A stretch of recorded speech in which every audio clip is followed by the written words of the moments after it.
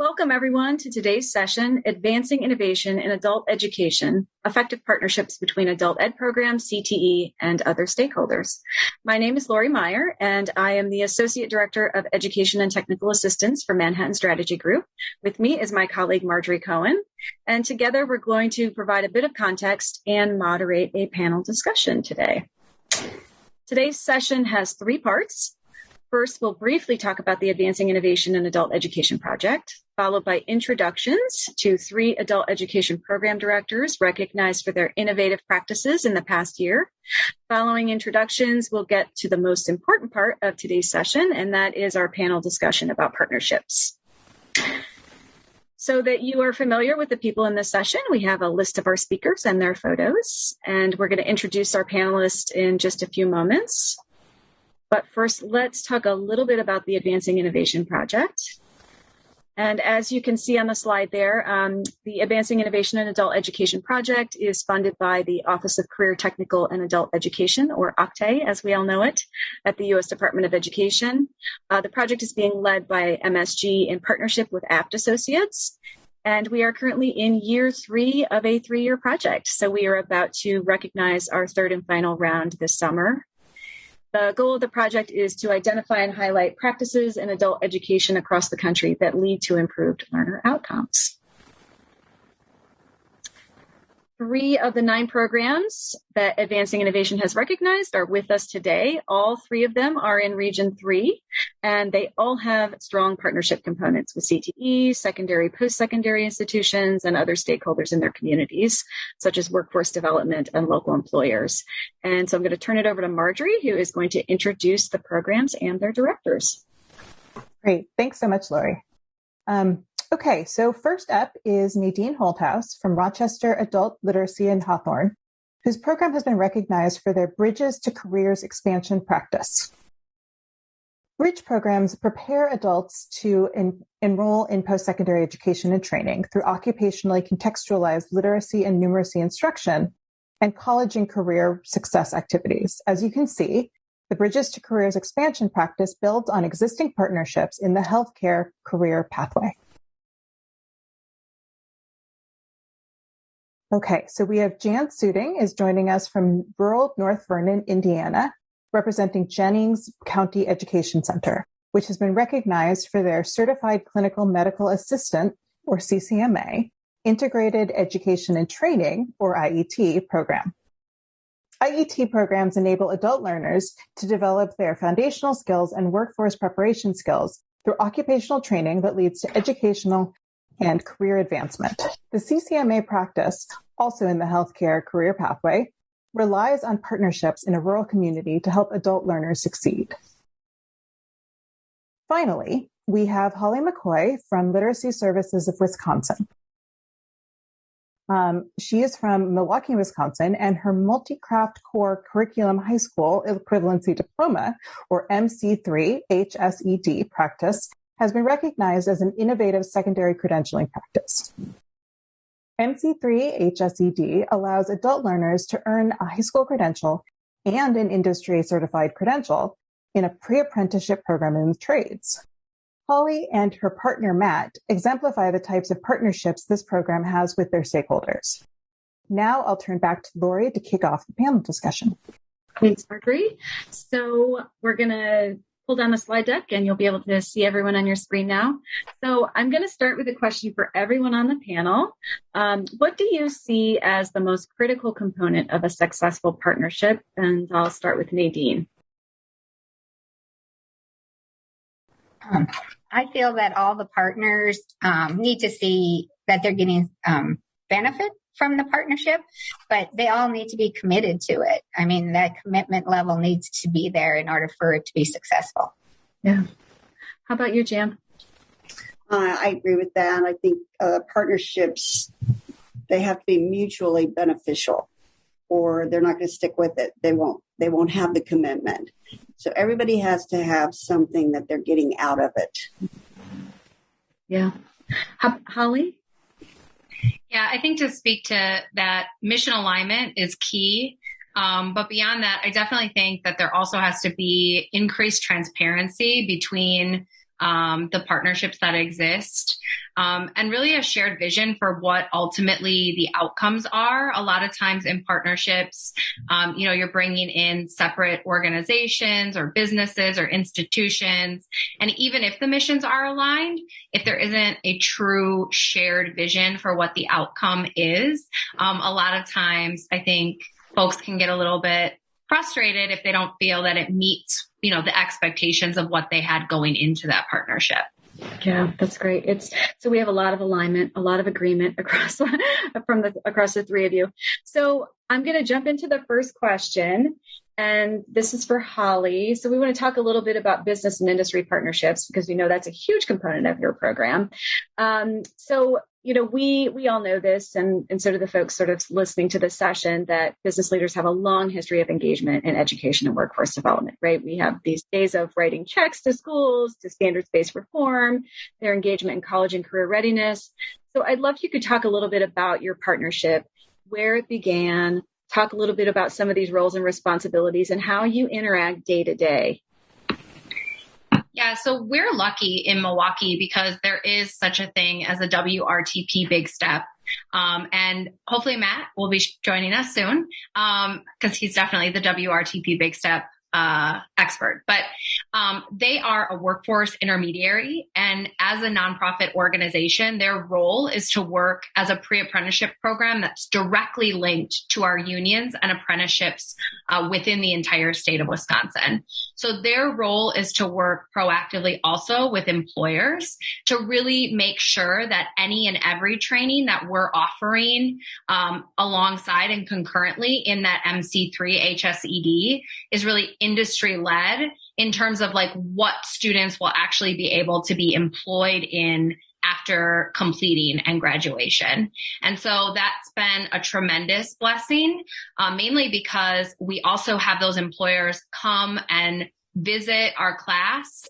Sometimes our class goes pre-COVID and does tours at different sort of industry specific businesses and partners. And really that extends that learning, right? There's a lot of hands-on learning in our program.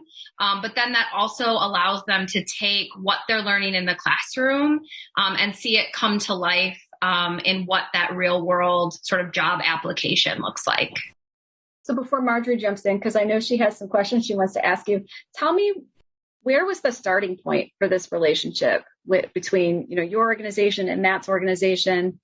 If someone out there is thinking, well, where do I begin? Where did you begin? So we started working with WRTP through just the nonprofit space. We would be at the same sort of workforce meetings. Our local workforce investment board, Employ Milwaukee, does a great job of convening organizations that are supporting our workforce system here in Milwaukee. And so we would attend different meetings, we would have conversations.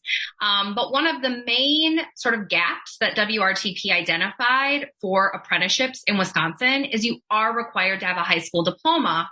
And because low literacy, right, and this isn't a surprise to anyone on this call, but, because low literacy is such a pervasive issue, they were struggling because many of the adults who are coming into their program were not even at the level in which they could, participate in a GED program or something like that. So because Wisconsin has several public instruction codes for alternative high school credentials, which we've talked about, I think, previously, we were able to really find a way where we were meeting a need for them and also really sort of embracing and then sort of making larger than life an idea that sort of started very small. And so it just started with a conversation of, hey, we're really struggling to get, adults who have that high school diploma.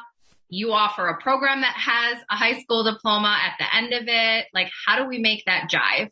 And luckily for us, locally, philanthropically as well, there was a group that Impact 100, ladies who they all work together to sort of pick annually what grants they get. And they saw this idea, and we were one of the inaugural recipients of that grant. So really, I know we're not talking about funding today, but I think in adult ed, especially when we think about these kinds of programs, investments in sort of starting up the same way we do with like small businesses and entrepreneurship and all of that stuff.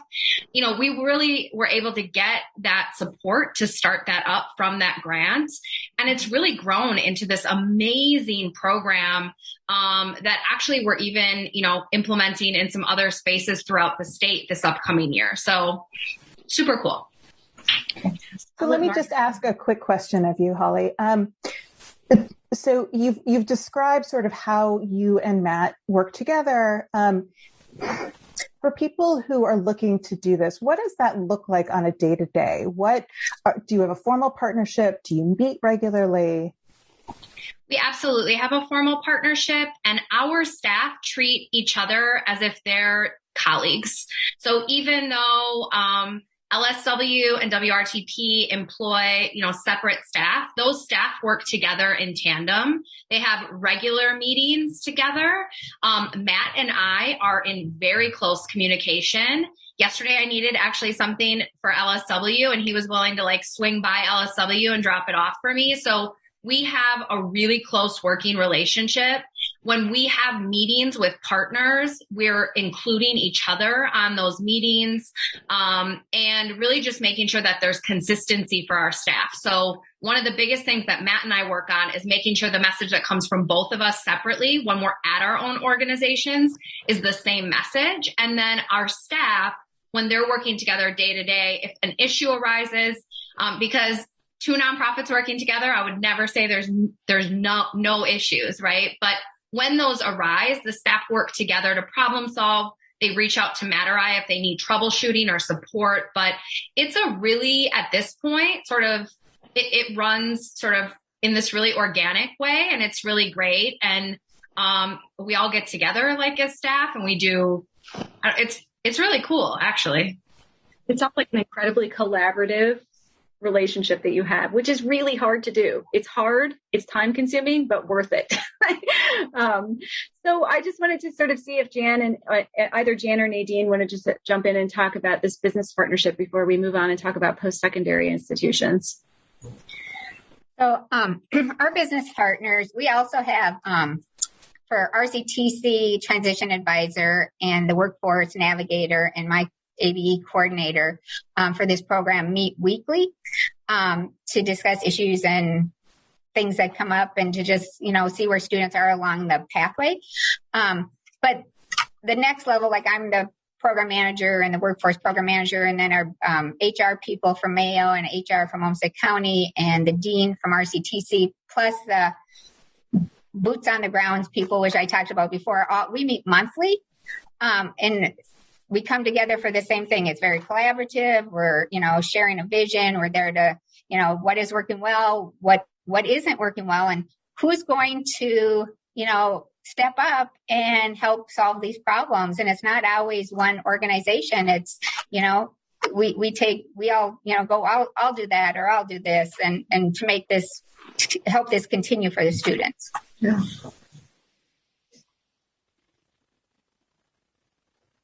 So I have a follow-up question that as I'm listening to you all talk, I'm wondering, you know, we're really looking at this from the adult ed perspective and how lots of partners in your community come to the table to help you. Do you find that you're also going to other tables and helping other people as well? You know, I think it goes both ways, right? And so I think particularly given that we're talking to, you know, our CTE colleagues in Region 3 today, I'm curious sort of how often, or if any of you are invited in from that lens, and you know, the CTE folks say, hey, we really need to have the adult ed people here to help us think through things. Is it sort of a two-way relationship?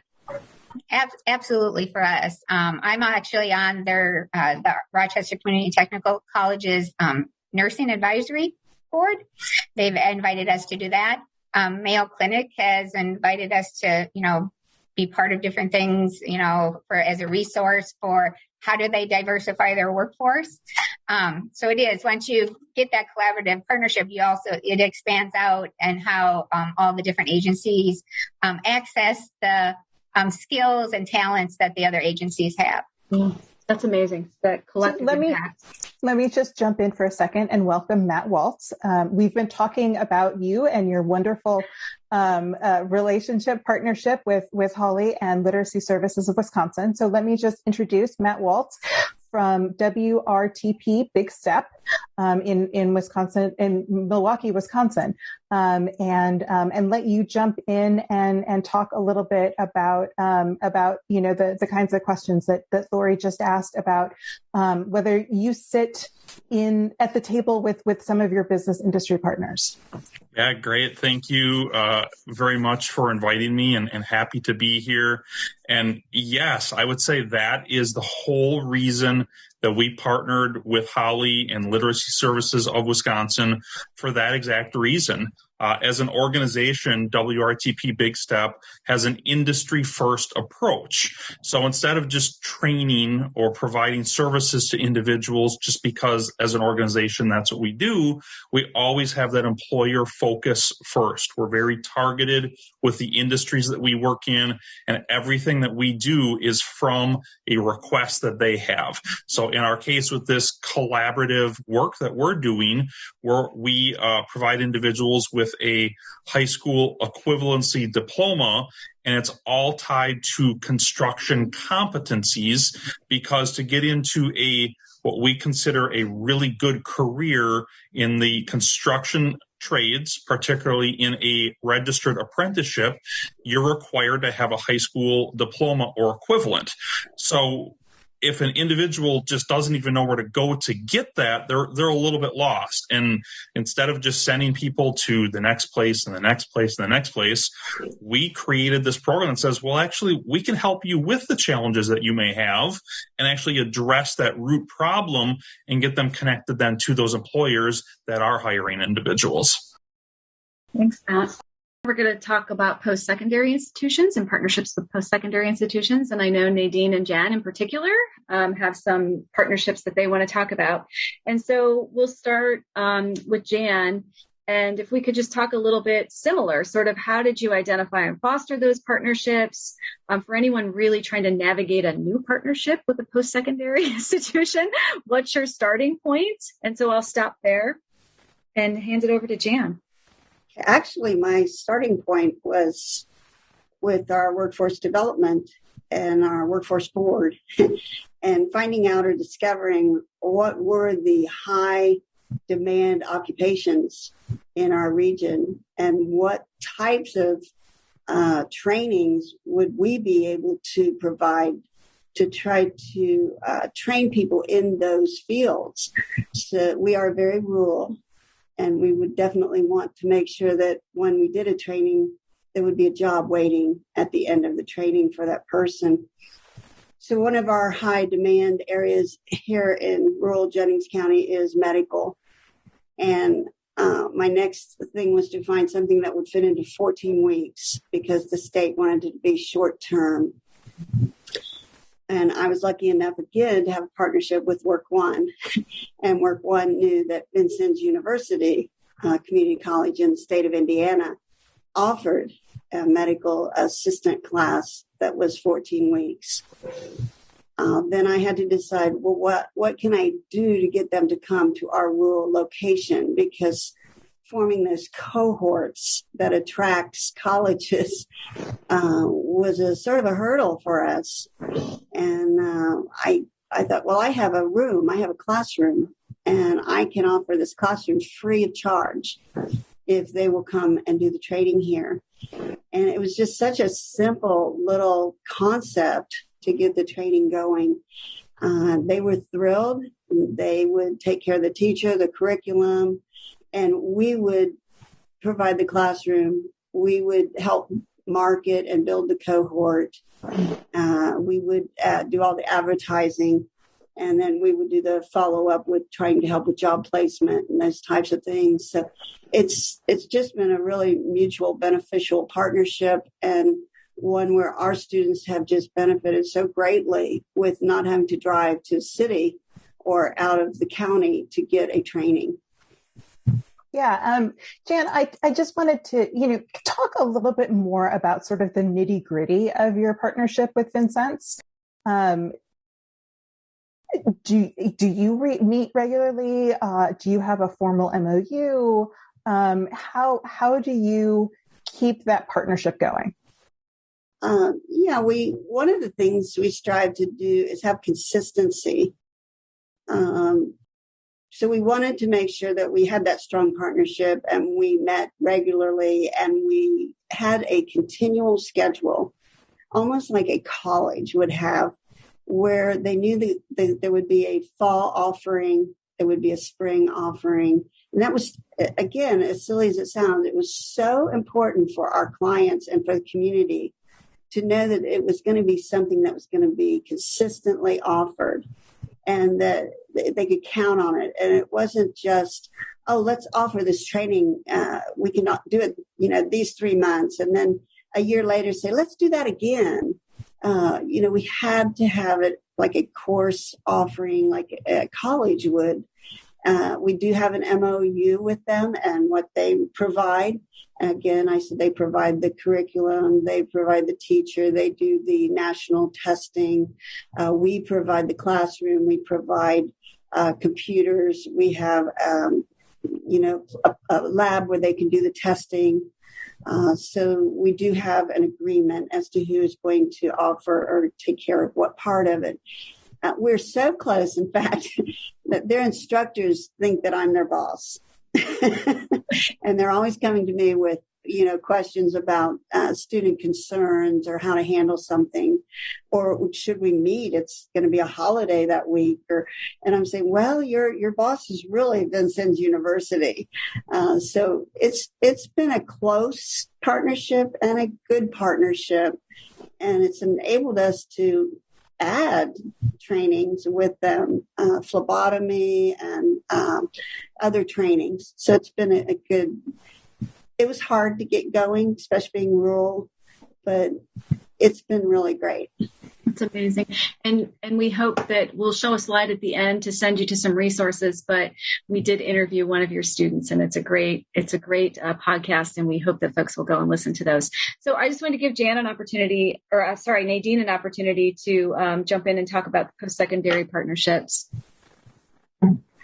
So our partnership started with RCTC, Rochester Community Technical College, I don't know, 12 years ago, maybe longer. Time goes fast. But it actually started with a TAC grant. And RCTC got this TAC grant and to work on employment in the area, high need employment in the area, and they pulled us in to help with that. That was a requirement, actually. And so that's kind of where our partnership started with around the bridges programming. But it's kind of morphed into just so much more than that, because the grant ended and we all continued. We pulled workforce into it. We pulled employers into it. And we had RCTC, the person at the table, brought one of their high school coordinators, and at all the high schools, they have transition advisors at every high school that help students in the high schools transition to RCTC or other colleges. And that person had worked here before on one of them, and they were like, well, why can't we do the same thing at Hawthorne? They're going to transition students too. It's just a different population, but it's still a population that is not being, served or underserved. So I think, and from that, we have these articulations that have developed. So we get to give our students the opportunity to try college and the rigor of college in a safe environment without financial aid issues, being a barrier for them. And that's all just kind of transformed because of kind of what they were doing at the high schools. And then they kind of saw, well, they're kind of a high school. Or they have a population that can feed to the institution. It's an untapped population for them. And so it's been great. I think that's really important. I think that piece that you talked about with seeing adults as a corollary to high school students.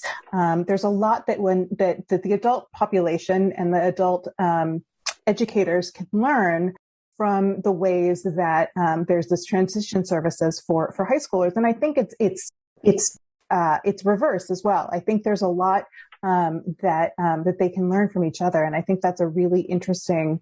It's a really interesting point.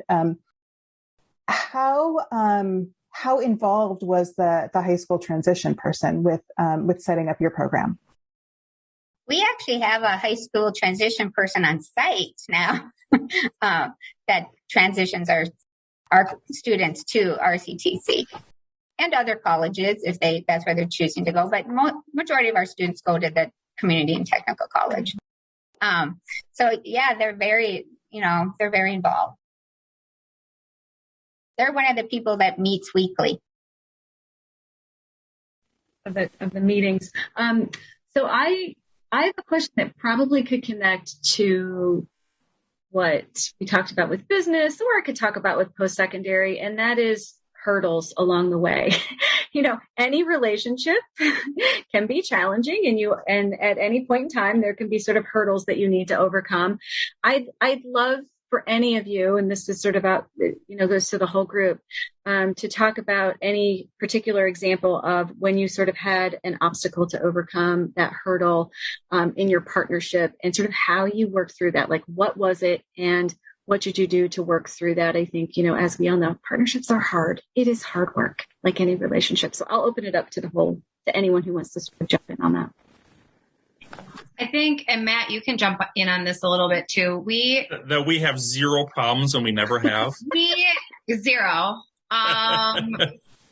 Yeah. I mean, actually, before you hopped on, I said we're definitely not perfect, but we are. I mean, like I said, we work really closely. But one of the issues we've had locally is sort of walking funders along with us in how to approach a program like this. So we had a local funder, for instance, and it's actually rare because Matt's program is so workforce specific, and while adult education tends to, in philanthropy, get sort of lumped into workforce development, each of our foundations sort of see it differently here locally. But we had one funder in particular who we had not previously had a conversation about who we, go to look for that, right, financial support. And so we both submitted proposals. It was for our separate parts of the program. But the funder came back and said, well, we just funded WRTP for that program. And we said, well, yeah, but they have to cover the cost of their part of the program, and we have to cover the cost of our part of the program. So yes, in theory, you already funded that program, but there's two separate components to how that concurrent program is offered. And so it's an interesting thing because you hear so much about, we want collaboration, we want partnership. But it's almost as if too, like, then you have to change the mindset to have them realize that two organizations collaborating doesn't mean, right, like less funding is necessary. If anything, like, to work so seamlessly, it requires probably increased funding, but we've done the best with what we have. But, I called Matt up, and at first I was really frustrated. I was like, why didn't you tell me that and he was like, well, you never asked. And I was like, that's a good point. Well, and a perfect example, Holly. And I would say I was thinking the exact same thing. Taking it one step further, once we do get funding, again, it's often challenging for that funder to identify who they're supposed to be talking to for, what questions may come up. Because now all of a sudden we have this joint proposal, and, myself and Holly, we really know what we do and our programs are doing, but the funder doesn't necessarily know, well, who should I be talking to about X? And so it's an interesting landscape to help them out. It's a good space to be, but there can be little nuances about that as well. And I don't think I'm going to get into any exact examples, but I think everybody can kind of identify a few that might come up. Yeah. So I can say too, I mean, we have, 3 different institutions working, and every institution has their own things that they have to get done, all their rules and regulations and guidelines. And so that's always kind of a hurdle, how do you maneuver that so that everybody is getting their requirements met? Yeah, it goes back to that front piece that Holly talked about, alignment, vision, shared vision. So let's move on and talk about K12 systems. So Jan and Nadine are both part of the K12 system. And so I want to sort of first start and talk a little bit with Holly and Matt about their relationship, sort of not sitting within that system and working with them as a partner. And again, just sort of trying to sort of drill down and talk a little bit about how you sort of identified that partnership, fostered that partnership, you maintained that partnership, and then a little bit about roles and responsibilities. So we definitely recruit students from our contractual relationship with Milwaukee Public Schools for our MC3 HSED. But I think I'll talk about that. And then Matt, you can sort of talk about your role with MPS and how that goes. We both sort of take on exactly what our missions are with Milwaukee Public Schools. And then we use our connections with students to make sure that students are aware of the programs that exist within our partnership. So LSW is contracted by the district to provide services at 2 high schools on site. So we get to work directly with parents and families every year. That program on any given year can work with about 300 families to about 450. It really just depends on how everything's going. But we have 180 MPS schools, and usually annually we work with about 80 to 90 families from different schools throughout the district. So we're at least, making sure that we're making connections at least 50% of the schools, even though we're only located at 2. So that relationship is huge. I think it's really important that we're connecting with parents and families when we think about how interconnected adult literacy is with family literacy. And specifically in Milwaukee, we have a 3rd grade reading initiative, right? And so when we think about the number of students who are reading at or below a 3rd grade level, it's no surprise to any of us that then, once students are in 4th grade, and parents want to provide that support, but they just need to brush up on their own skills. So being on site at the school district has made a huge difference. And then it's also helped us be really intentional about ensuring that those who want to get connected to our construction HSED or some of our other HSED or GED programs have that direct connection. Matt, do you want to go? Yeah, it's interesting. So, like LSW, we are in many of the schools, individual schools and larger school districts, but not promoting this collaborative effort that us and LSW have. I mean, I would never go into a school and say, well, you shouldn't finish your high school program here because we have this alternative. But it definitely comes up in conversation. And, we're there really talking about our opportunities we have with the trades, what you need to do to get to that next phase in your career. We're there providing hands-on training, job site tours, bringing in speakers, doing mentoring sessions. We're doing a lot of things. And the cool thing about it is some individuals start to identify with it and say, wow, so how do I get here quicker? I don't really want to finish these things. And we talk about youth apprenticeship, and we talk about CTE and technical schools and all those other pieces. And, sometimes that you might lose connection with that student because they drop out. There is attrition in public schools and other schools, but hopefully we've made enough lasting impact that they'll reconnect with us to say, hey, I remember that you maybe have some other options available. How do I get engaged in this? Yeah. So before we jump to our last question, because I know we're running out of time, I want to sort of stay on this topic of the K12 system and just talk about how you think this connection, and this, Jan and Nadine definitely jump in here, how this connection with K12 helps with recruitment, right? This is always an issue for everyone, is recruitment into your program. And so I want to just throw that out for anyone that wants to jump in and talk about that piece of that connection with the K12 system and recruitment. So, as I mentioned before, the K12 has Rochester Community Technical College transition advisors on site at each of the high schools, and they know about our program. And so every year, at the end of the year, they invite us out to talk to the students who they feel would be a really good fit for our programming. And so we recruit every summer. We have a whole building full of high school kids. Anyone else want to talk about recruitment? I just want to say it is a fine line. We are a program of Jennings County School Corporation, and it is a fine line. Like Matt said, you don't want to pull out students or entice students to leave if they're on track and they're ready to graduate. But you do want to offer a pathway to someone who is not on track, and it's not possible for them to graduate from the K12 system.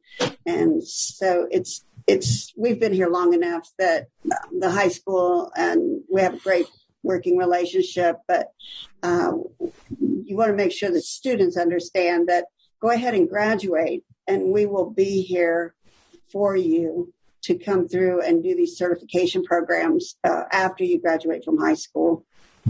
That's great. So one closing question for everybody, and that is, it's actually like a 3-part question. That's a lie. What piece of advice would you give to your prospective CTE partners about how to engage and support adult learners in their community? And really, what's the value add for CTE to come to the table and partner with you? So whoever wants to go first. Me. Matt wants to go. So there's a definite value add, and the proof is in the pudding in our case. We've had a long-term great relationship with Holly, with her predecessor, with Literacy Services, but we really tried to put ourselves in the shoes of the individuals we're serving. And what was happening was a disconnected referral process. And so somebody had to understand that, well, I have to go here to maybe get enrolled in a WIOA, and I have to go here to get this, and then I have to go here to find out that, oh, now I need to go here. And instead, we brought that all together. So they can go to Literacy Services, or they can come here, and we will move them forward in the process for every piece. We have WIOA and SNAP ENT case managers on site. We have integrated education right here. We're a certified pre-apprenticeship program for construction and manufacturing. They can receive all of those services right here. So if this really is the career pathway that they desire, and we can test them and screen them and talk about it to make sure it's a fit. If this is what they want to do, they've come to the right place, and they realize that now we're going to take care of them and make sure that they are going to get what they need to move forward, instead of, oh yeah, we have this really great relationship with this other organization. Here's their phone number. You should go call them, because it's probably not going to happen. And so if we're, again, trying to be good stewards for the individuals coming to us that need a high school diploma, need a job, how are we best serving them? And again, we're here serving industry. And if they want individuals that are qualified and ready to go, we're also doing that. Thanks, Matt. So Nadine, I'll go to you next. What would you say to our CTE partners who are listening to this session about engaging and supporting adult learners in their community? I think, for me, like Matt, I think partnership is the way to go, because you get like a one-stop shop, for our students. And if you can bring the partners to them, they're going to be more successful. The student's going to be more successful. If we help remove those barriers for the students before they go to college, then they're going to be more successful, and they're going to, finish the programming they start there. And that's a win for the college. And it's kind of like I said before, an untapped feeder pipeline for them. Because most of our students here probably never would have thought that they didn't see themselves as college students.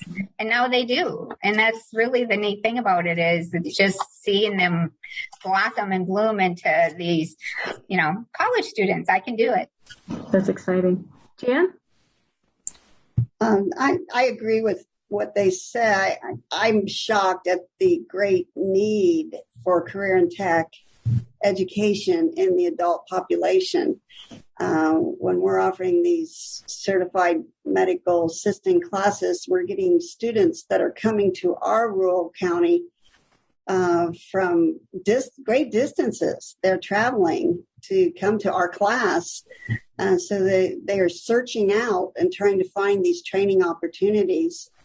We had a student come from Indianapolis to North Vernon, an hour and a half drive to come here for a training. And we were shocked that, most often we're driving from little old North Vernon to Indianapolis to do college, to find employment. And now we're getting people coming from all the surrounding towns. And when you get somebody coming from the city to a little podunk, North Vernon, but a small little town, you have to start wondering, the need is so great in career and tech that it is a population that's not being served, that they are crying for trainings. So I really appreciate and value that we can offer this to adults. Yeah, I think these conversations need to continue and at a much larger level. I think we've seen that happen nationally as all of our programs are being recognized, and we're really bringing to light the practices that are driving some of this innovation and change. But truly, it needs to be sustainable and attainable at a much larger and scalable way.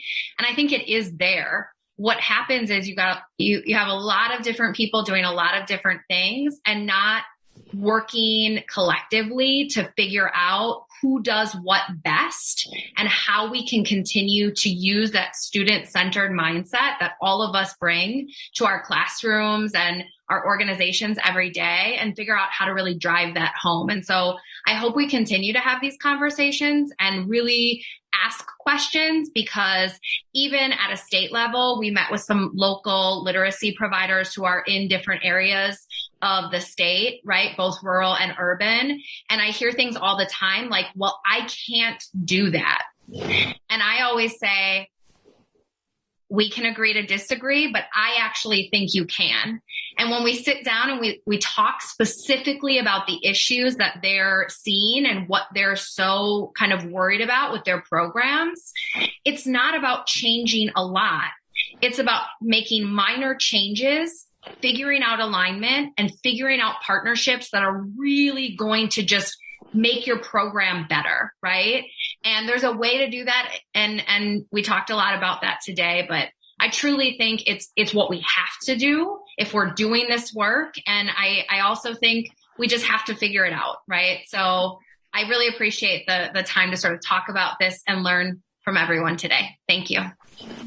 So thank you. And if I can just add maybe a final note, when you're really talking about CTE in high schools, again, the proof is there. State of Wisconsin, when you look at graduation rates for students that are enrolled in CTE programs versus non-CTE graduates, it's about a 6% increase. When you look at the more urban areas, such as the city of Milwaukee, we see close to a 15% increase in graduation rates for students that are enrolled in CTE programs. And it's exactly why we're doing this post-high school program. It's the exact same thing. I hear it every time we run these classes. The students say, well, yeah, nobody could ever explain why I needed algebra. I didn't know why I needed to be in class.